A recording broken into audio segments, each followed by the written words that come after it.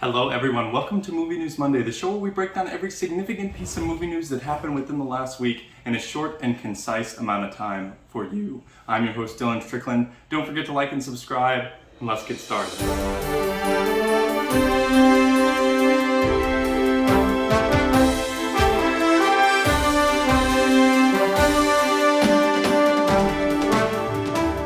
Top here. Over the weekend I saw *Malignant*, James Wan's new horror film, and I thought it was good but not great. Like, it has a couple of his, infamous tropes and a couple of his tropes that I don't really like. Like, gore is definitely a big factor in this movie, and I really appreciated that. And there is some horror moments that did personally scare the piss out of me. However, I feel like it gets a little bit too much at the end, a little bit too much for you to be like, okay, I understand. Like, it's just a little bit too much at the end. But I did think it was okay, so if you do want to go and see it in theaters, I don't think it'll be a bad time. I just don't necessarily know if you'll love it. Moving into Monday, some unfortunate news. Michael K. Williams has passed away at age 54. I best know him for his work in Sopranos, but that's really young to pass away, and it's super tragic. And he had a great career, but it really just feels like it may have been cut short. So really unfortunate news. Also on Monday, Sony has announced that they have changed the release date for Venom: Let There Be Carnage for a 5th time. It's now coming out on October 1st, which means you can expect that media melt sooner. There's a shameless plug.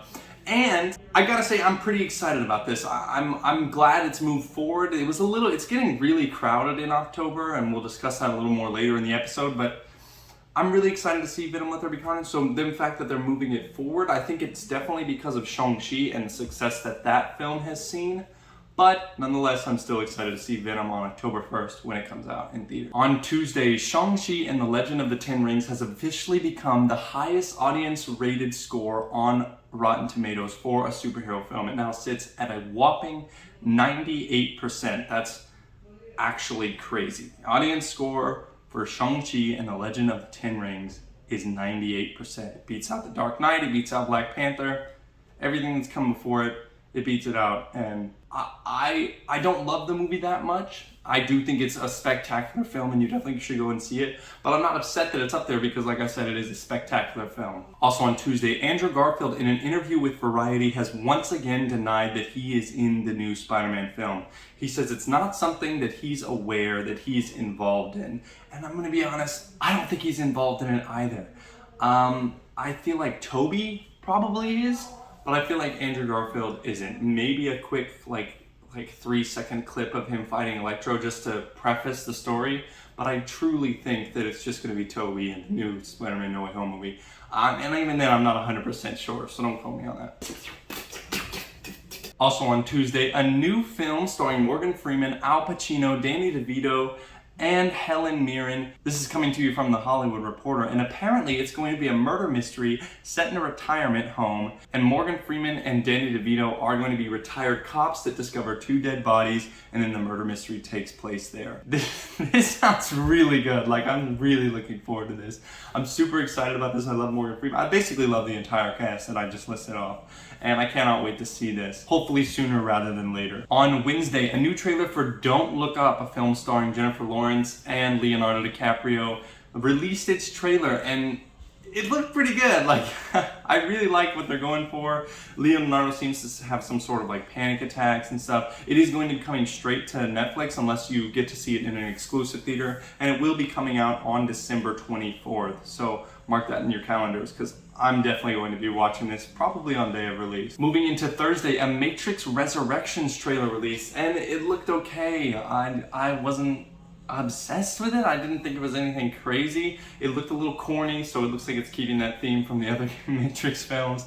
And, Keanu Reeves looks like John Wick, so, I mean, that was a little bit to get me excited, but I didn't think it looked crazy good, if that makes sense. But it does. I will be going to see it, and we will be doing a show on it, so I will see it on December 22nd when it hits theaters. Also on Thursday, a new Picard Season 2 trailer dropped, and I didn't watch it because I haven't seen Picard Season 1, and I don't want it spoiled because I do feel like I will get there eventually, and I am super pumped to watch that when it comes around, so we'll see.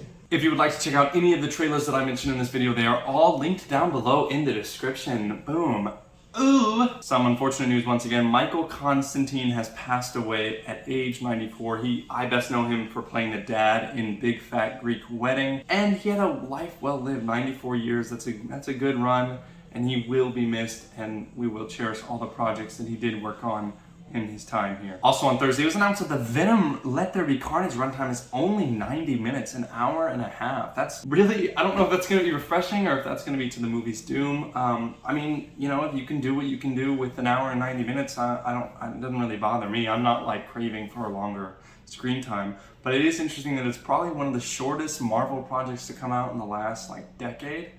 I don't think a single MCU movie has been below an hour and 56 minutes. So this is a really short superhero movie, and I'm kind of excited to see it because this means I get repeat viewings. I get to watch it over and over and over again, over.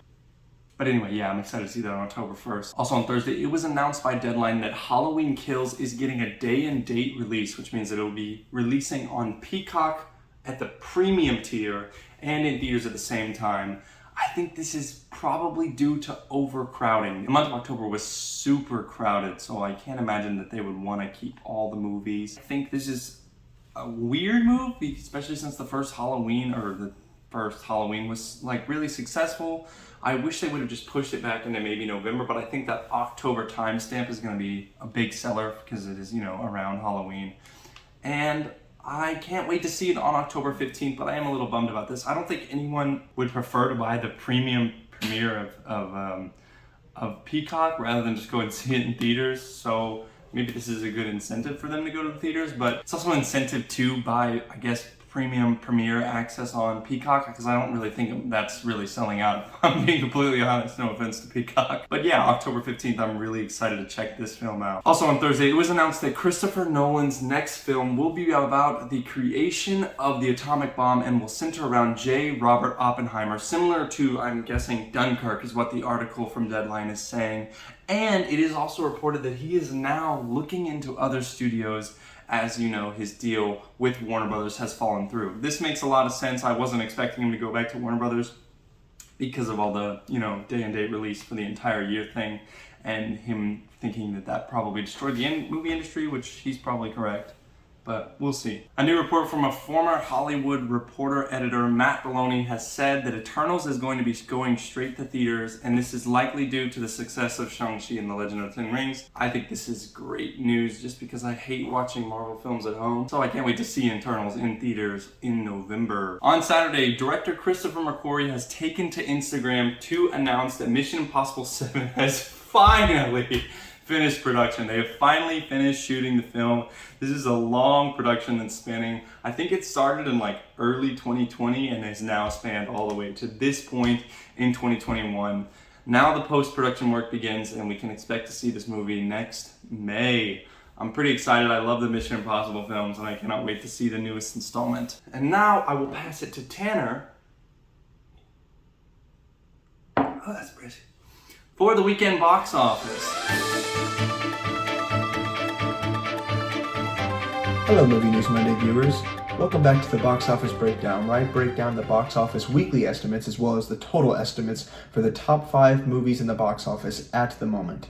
And the number 1 spot this week, we have Shang-Chi and the Legend of the Ten Rings, which in the past weekend has made $35,786,000, bringing its total box office income to $257.6 million, and that's global, so that's domestic and overseas numbers. At number 2, we have Free Guy, which in this past weekend has made $5,819,000, bringing its total global estimate to $179.6 million. Now, on a number 3 spot, we have Malignant, which just opened in the past weekend, making $5,570,000, which isn't bad for a horror movie. At number 4, we have Candyman, which has made $4,830,000 in the past weekend, bringing its U.S. total to $25.8 million. We don't have the overseas estimates for that. At number 5, we have Jungle Cruise, which has made $2,456,000 in the past weekend, bringing its total box office estimate to $110.4 million.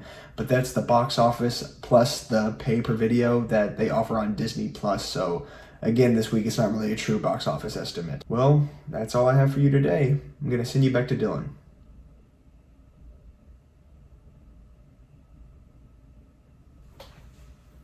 Thank you, Tanner. What a sexy lad. And that is going to do it for Movie News Monday. If you enjoyed this, please leave a like and subscribe. It really helps me out. We will be back next week for another installment. And I'll see you guys then. Thank you guys so much. See you next week.